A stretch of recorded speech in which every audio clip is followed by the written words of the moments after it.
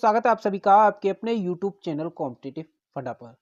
दोस्तों, आज का ये वीडियो उन सभी अभ्यर्थियों के लिए बहुत ही महत्वपूर्ण है जो लगातार मुझे मेरी वीडियोस पर कमेंट कर रहे थे कि क्या सर रिवाइज्ड आंसर की के आने के बाद हमारे नंबर कम भी हो सकते हैं। ऐसा अगर आपका भी मानना है तो आपको ये वीडियो ज़रूर देखना चाहिए। इसमें मैं आपको बताने वाला हूँ कि आफ्टर रिवाइज्ड आंसर की आपके नंबर किस तरह से प्रभावित हो सकते हैं, और जो बहुत सारे लोग इस चीज़ को सोच रहे हैं कि उनके नंबर कम हो सकते हैं, तो वो ऐसा क्यों सोच रहे हैं? इसी के बारे में मैं आपको इस वीडियो में बताने वाला हूँ। साथ ही साथ रिवाइज्ड आंसर की कब तक आने की संभावना है, ये भी आपको वीडियो के लास्ट में बताऊँगा। तो इसके लिए सबसे पहले हम देख लेते हैं यूपीएसआई 2016 की जो भर्ती थी, उसकी जो रिवाइज्ड आंसर की आई थी, उसमें क्या था? ठीक है? तो सबसे पहले हम उसे देख लेते हैं। तो आप देख रहे होंगे ये 2016 भर्ती के जो 12 दिसंबर को एग्ज़ाम हुआ था, उसकी सेकंड शिफ्ट की रिवाइज्ड आंसर की है। और इसमें किस प्रकार के चेंजेस आपको देखने को मिलते हैं वो आप यहाँ देख सकते हैं। रिवाइज्ड आंसर की में किस 3 प्रकार के चेंज होते हैं, जैसे कि यहाँ पर आप देख रहे होंगे, यहाँ सेक्शन जो आपका जीके का था, उसमें एक क्वेश्चन की जो है की चेंज हुई है, यानी मल्टीपल कीज़ हो गई हैं। यानी कि ऑलरेडी अगर आपका पहले से कोई ऑप्शन सही था और उसका दूसरा ऑप्शन भी सही कर दिया गया है। तो इसका फ़ायदा आपको ये होता है कि अगर आपका ऑलरेडी कोई सही प्रश्न था तो वो सही रहेगा, लेकिन किसी दूसरे पर्सन का अगर वो क्वेश्चन गलत था तो वो मल्टीपल कीज से उसको फायदा मिल जाता है। दूसरे प्रकार का जो चेंज होता है आप मल्टीपल कीज में देख सकते हैं। नीचे आप देखेंगे तो इसमें दूसरे प्रकार का चेंज है, वो है की चेंज। की चेंज में क्या होता है, अगर आपका ऑप्शन मान लिया ए सही था और बाद में उसको बी सही कर दिया गया, तो यहाँ पर की चेंज हो जाता है। इससे आपको फायदा और नुकसान दोनों यही रहते हैं कि अगर आपका सही प्रश्न था बाद में की चेंज होती है तो उसमें कम हो जाते हैं, और अगर आपका गलत था तो वो बाद में सही भी हो जाता है। तो की चेंज का एक इफेक्ट रहता है। दूसरा, आप जब इस तरह से देखेंगे कि क्वेश्चन ड्रॉप भी होते हैं। क्वेश्चन ड्रॉप का क्या प्रभाव आपके प्रश्नों पर पड़ता है वो आगे मैं वीडियो में आपको बताऊंगा। देखिए, होता क्या है, कुछ क्वेश्चंस ऐसे होते हैं जो विवादित होते हैं, जिनका सही से निर्णय नहीं लिया जा पाता है बोर्ड की तरफ से, तो उस प्रश्न को ड्रॉप कर दिया जाता है। और ड्रॉप के जो मार्क्स होते हैं वो किस प्रकार से डिस्ट्रीब्यूट होते हैं वो मैं आगे आपको वीडियो में बताने वाला हूँ। तो इस तरह से रिवाइज्ड आंसर की आपकी जारी होती है। मैंने ऑलरेडी आपको पहले भी बताया था कि आपको क्या करना है, अपने जो प्रश्न पत्र को डाउनलोड करके रख लेना है, क्योंकि जो रिवाइज्ड आंसर की आएगी उसमें किसी भी प्रकार के आपका प्रश्न पत्र नहीं होगा। यानी कि इसमें आप ये नहीं पता लगा पाएंगे कि आपने कौन सा क्वेश्चन सही किया था।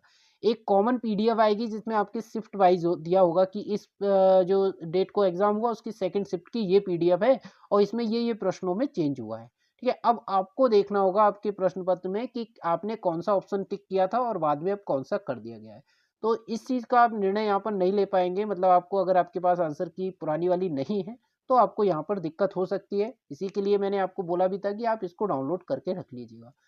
ठीक है? तो 3 प्रकार के इसमें चेंज होते हैं। सबसे बड़ा पहला चेंज होता है की चेंज, दूसरा होता है मल्टीपल जो चेंजेज़ हो जाते हैं, मल्टीपल की हो जाती हैं, और तीसरा होता है ड्रॉप्ड। ठीक है? और ड्रॉप्ड में जो है नंबर्स आपके डिस्ट्रीब्यूट हो जाते हैं, तो उनका आपको बहुत अच्छा प्रभाव ये रहता है कि कभी-कभी आपके नंबर बढ़ भी जाते हैं और कभी-कभी बुरा प्रभाव भी रहता है कि आपके नंबर कम हो जाते हैं। चलिए अब देख लेते हैं कि जो ड्रॉप्ड क्वेश्चंस हैं उनका किस प्रकार से प्रभाव आपके नंबरों पर पड़ने वाला है। तो सबसे पहले हम ये देख लेते हैं, ये नोटिफिकेशन में भर्ती बोर्ड के द्वारा दिया हुआ है कि अगर आपका कोई भी प्रश्न गलत होता है या प्रश्न के सभी उत्तर विकल्पों के उपयुक्त ना होने पर ऐसे प्रश्नों को क्या किया जाएगा, निरस्त कर दिया जाएगा। और उन निरस्त प्रश्नों के अंकों का वितरण जो है माननीय उच्च न्यायालय इलाहाबाद में रिट याचिका संख्या 2669/2009 पवन कुमार अग्रहरी बनाम उत्तर प्रदेश लोक सेवा आयोग में स्वीकृत व्यवस्था के अनुसार किया जाएगा। ठीक है, तो आपने ये देखा होगा भर्ती बोर्ड ने यहाँ पर साफ साफ लिखा हुआ है कि अगर आपका कोई भी प्रश्न ड्रॉप होता है तो उस पर किस प्रकार से उसका जो है आकलन किया जाएगा। और ये पवन कुमार अग्रहरी बनाम उत्तर प्रदेश लोक सेवा आयोग का जो केस है वो क्या है, इसमें किस प्रकार से जो है क्वेश्चंस का जो नंबरों का है निर्धारण किया जाता है, तो चलिए वही जानते हैं। तो मैं आपको दिखा देता हूँ, यहाँ पर आप देख रहे होंगे, मान लिया कोई ऐसा कैंडिडेट है जिसने 40 में से 14 प्रश्न सही किए हैं किसी सेक्शन में, और जिसके जो है 35 नंबर बन रहे हैं, यानी कि वो सेक्शनल पास हो रहा है। लेकिन अब होता क्या है, मान लिया उसके 40 में से 14 सही थे तो उसके 35 नंबर बन रहे थे। लेकिन अब होता क्या है, 40 में से एक प्रश्न उसका ड्रॉप हो जाता है। जब ड्रॉप हो जाएगा तो कुल प्रश्नों की जो संख्या है वो रह जाएगी 39। यानी कि जहां प्रश्न कुल 40 थे और 100 अंकों का पूरा सेक्शन था, तो आपका अगर हम डिवाइड करते हैं तो आपका हर एक प्रश्न जो था वो 2.5 अंक का था।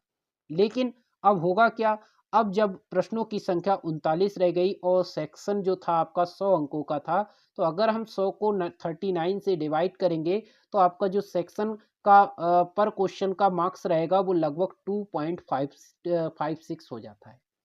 अब क्या होगा, ये जो नंबर है सिर्फ आपको मिलेगा वो क्वेश्चन पर जो आपने सही किए हैं।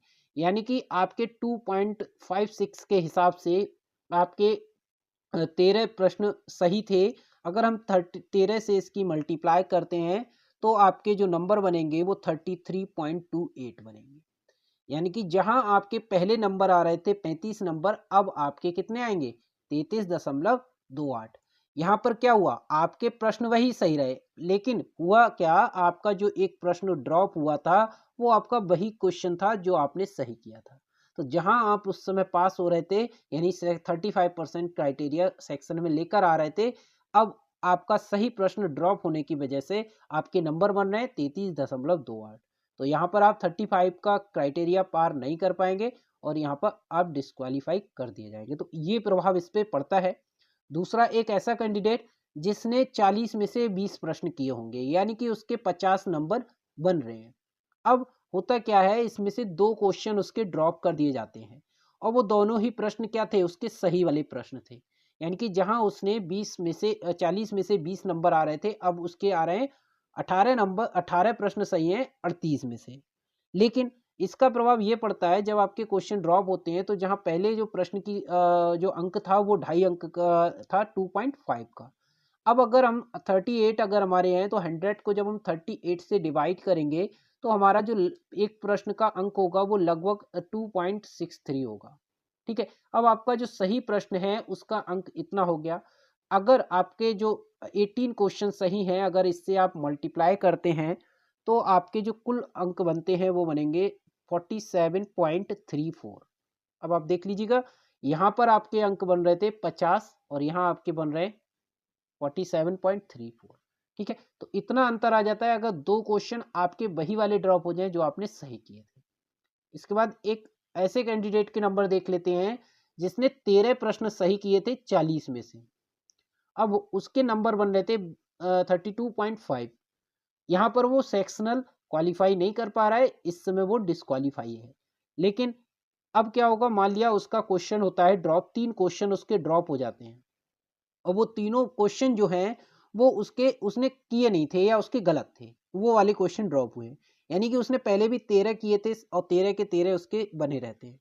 तो यहाँ पर क्या प्रभाव पड़ेगा, पहले जो एक प्रश्न था वो 2.5 अंक का था। अब अगर हम 100 को 37 से डिवाइड करते हैं तो एक प्रश्न का जो अंक होगा वो 2.7 हो जाता है। अब 2.7 पर क्वेश्चन का अंक है, अगर 13 क्वेश्चन उसके सही हैं तो जो उसके कुल अंक बनते हैं वो 35.1 बनता है। अब आप यहाँ देख सकते हैं, अब उसके 35% जो 35 अंक उसको लाना था पास होने के लिए, वो यहाँ पर क्वालिफाई कर जाता है। यानी कि अगर उसके 40 में से 3 प्रश्न ड्रॉप हो जाते हैं और उसके 13 के 13 क्वेश्चन सही रहते हैं तो वो यहाँ पर सेक्शनल क्वालिफाई कर जाएगा। तो ये उसको फायदा होता है। अगला ड्रॉप का एक और देख लेते हैं। मान लिया उसके 40 में से उसने 20 क्वेश्चन किए थे, यानी 50 नंबर उसके आ रहे थे। लेकिन अब क्या हुआ, उसके 4 प्रश्न ड्रॉप हुए जिनमें से 2 तो उसके सही वाले थे और 2 क्वेश्चन उसके जो वो प्रश्न थे जो उसने गलत किए थे। यानी टोटल 4 प्रश्न ड्रॉप हो रहे हैं और 2 क्वेश्चन उसके सही वाले जा रहे हैं। तो ऐसे में क्या प्रभाव पड़ेगा, तो देखिए ऐसे में अगर हम बात करें, पहले हर एक सेक्शन 100 अंक का था और 36 क्वेश्चन को अगर हम डिवाइड करते हैं तो प्रत्येक प्रश्न का जो अंक होगा वो 2.77 हो जाएगा। अगर हम इस सही प्रश्नों से इसकी मल्टीप्लाई कर देते हैं तो हमारा जो अंक आएगा वो आएगा 49.86। तो देखिए कितना प्रभाव पड़ा, जहां 50 नंबर उसके बन रहे थे 40 में से 20 क्वेश्चन सही करने पर, अब उसके जो है 18 क्वेश्चन पर ये इतने नंबर बन रहे हैं। तो इस प्रकार से जो है ड्रॉप क्वेश्चंस का प्रभाव पड़ता है नंबरों पर, और आपके जो नंबर हैं वो बढ़ भी सकते हैं, कम भी हो सकते हैं, लेकिन इसमें बहुत ज़्यादा डिफरेंस नहीं आता। थोड़ा पॉइंट में या 1 या 2 नंबर का फ़र्क आता है, ठीक है? बाकी जो सबसे बड़ा फ़र्क आता है वो नॉर्मलाइज़ेशन का आता है, तो जो लोग अभी इस चीज़ को लेके परेशान हैं कि मेरे 90, 95 है, मेरा फाइनल सिलेक्शन नहीं होगा, तो देखिए अभी भी बहुत ज़्यादा होप है क्योंकि नॉर्मलाइज़ेशन के बारे में अभी कोई नहीं जानता। नॉर्मलाइज़ेशन से बहुत बड़ा चेंजेस देखने को पिछली भर्ती में भी मिले थे और इस बार भी आप देख रहे हो शिफ्ट की संख्या बहुत ज़्यादा है, तो इसलिए चेंजेस बहुत ज़्यादा होने की संभावना है, ठीक है? तो आप बिल्कुल रनिंग करते रहिए।